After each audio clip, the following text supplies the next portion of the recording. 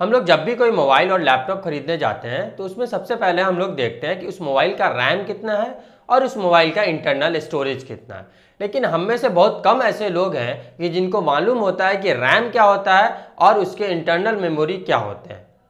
Basically हम आज की वीडियो में पढ़ेंगे कि हमारा रैम क्या होता है और रोम क्या होता है। उसके साथ साथ हम आपको बताएंगे कि कैशे मेमोरी हमारा क्या होता है। नमस्कार दोस्तों, मैं दानियाल स्वागत करता हूं आपका किडो कोडर में। दोस्तों, मैं आपके लिए इस चैनल पे इसी टाइप की वीडियो लेके आता रहता हूं। अगर आप हमारे चैनल पे नए हैं तो चैनल को सब्सक्राइब करें, बेल आइकन को ऑल पे प्रेस करें। तो चलिए बिना टाइम गवाए आज की वीडियो को शुरू करते हैं। तो सबसे पहले हम लोग जानते हैं कि प्राइमरी मेमोरी हमारा होता क्या है। उसके बाद में आपको बताऊंगा कि रैम और रोम हमारा क्या होता है। Primary memory is also known as internal memory और मेन मेमोरी। प्राइमरी मेमोरी को हम इंटरनल मेमोरी भी बोलते हैं और मेन मेमोरी भी बोलते हैं। Memory which communicate directly with CPU is known as primary memory. ऐसा मेमोरी जो हमारे सीपीयू से मतलब सेंट्रल प्रोसेसिंग यूनिट से डायरेक्टली कम्युनिकेट करता है, वैसे मेमोरी को हम क्या बोलते हैं? प्राइमरी मेमोरी बोलते हैं।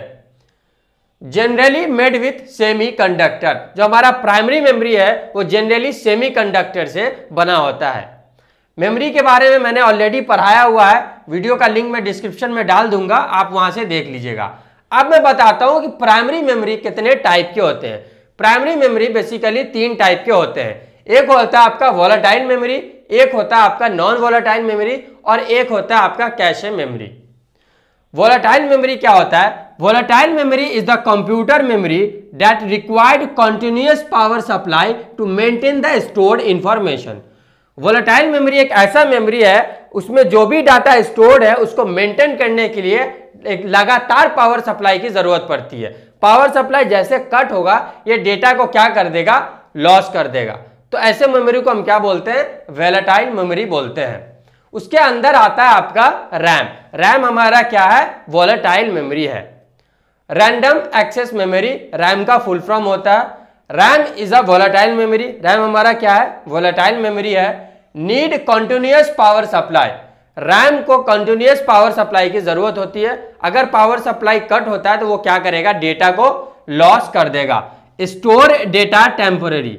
जो भी आप डेटा इसमें दिए हैं उसको कंटिन्यूअस पावर सप्लाई की जरूरत है। अगर हमारा पावर सप्लाई कट होता है तो वो डेटा को लॉस कर देगा। इसका मतलब इससे ये समझ में आता है कि ये डेटा को टेम्पोररी स्टोर करता है, ना कि परमानेंट स्टोर करता है। Loss data when power supply cut. Already मैंने बताया कि पावर सप्लाई कट होने से अपने डेटा को क्या कर देता है? लॉस कर देता है। Flexible and expendable. यह हमारा फ्लेक्सिबल होता है और एक्सपेंडेबल होता है। हम इसको बढ़ा आसानी से सकते हैं। स्मॉल इन साइज, और साइज इसका क्या होता है? बहुत छोटा होता है। अब रैम आपका 2 टाइप का होता है। एक होता है आपका एस रैम और एक होता है आपका डी रैम। एस रैम मतलब स्टैटिक रैंडम एक्सेस मेमोरी। उसका क्या होता है? Does not required refreshing. S RAM में रिफ्रेशिंग की जरूरत नहीं पड़ती है। और डी रैम हमारा क्या होता है? डायनेमिक रैंडम एक्सेस मेमोरी होता है, जिसको रिफ्रेशमेंट की कंटिन्यूअस रिक्वायरमेंट होती है। अब हम बात करते हैं नॉन वोलेटाइल मेमोरी की। Non volatile memory is the computer memory that does not required continuous power supply. Non volatile memory ऐसा मेमोरी है जिसको कंटिन्यूअस पावर सप्लाई की जरूरत नहीं पड़ती है, मतलब वो डेटा को परमानेंट स्टोर करता है। अगर पावर सप्लाई कट होता है तो वो डेटा को लॉस नहीं करेगा। उसके अंदर आता है आपका रोम, जिसका फुल फॉर्म होता है रीड ओनली मेमोरी। यह हमारा नॉन वोलेटाइल मेमोरी है। Does not need power supply. इसको लगातार पावर सप्लाई की जरूरत नहीं पड़ती है। Store data permanently. लगातार अगर पावर सप्लाई की जरूरत नहीं पड़ती है तो ये पावर अगर कट होता है तो डेटा को लॉस नहीं करेगा। इसीलिए हम इसको बोल सकते हैं कि हमारा परमानेंट स्टोरेज होता है।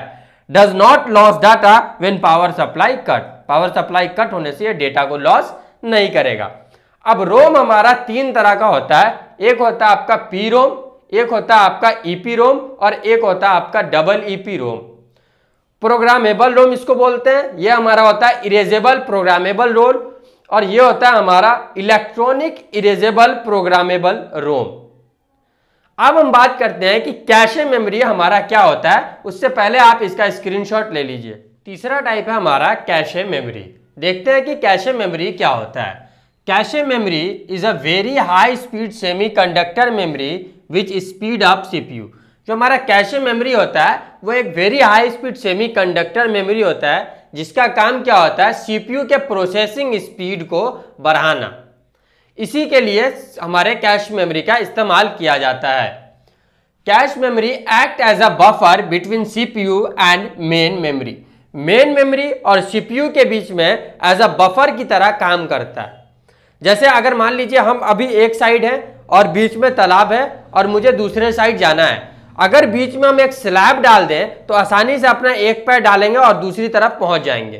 तो जो स्लैब है जो मुझे हेल्प कर रहा है वही हमारा क्या कहलाता है, बफर कहलाता है, कैश मेमोरी कहलाता है। तो कैश मेमोरी हमारे मेन मेमोरी और जो हमारा सीपीयू है उसके बीच में बफर की तरह काम करता है। Cache memory is used to hold those part of data and program which are most frequently used by CPU. Cache memory का क्या काम है, जो हमारा फ्रीक्वेंटली यूज्ड है डेटा उसको होल्ड करने का काम करता है कैशे मेमोरी। जो एप्लीकेशन आप ओपन किए हैं वो अभी करंटली रन कर रहा है, वो एप्लीकेशन को होल्ड करके कौन रखेगा, हमारा कैशे मेमोरी रखेगा। ये मेन मेमोरी है, ये हमारा सीपीयू है, इसके बीच में देखिए बफर की तरह काम करता है हमारा कैशे मेमोरी। अब कैशे मेमोरी के कुछ एडवांटेजेस हैं। Cache memory is fast in nature, बहुत फास्ट होता है नेचर में।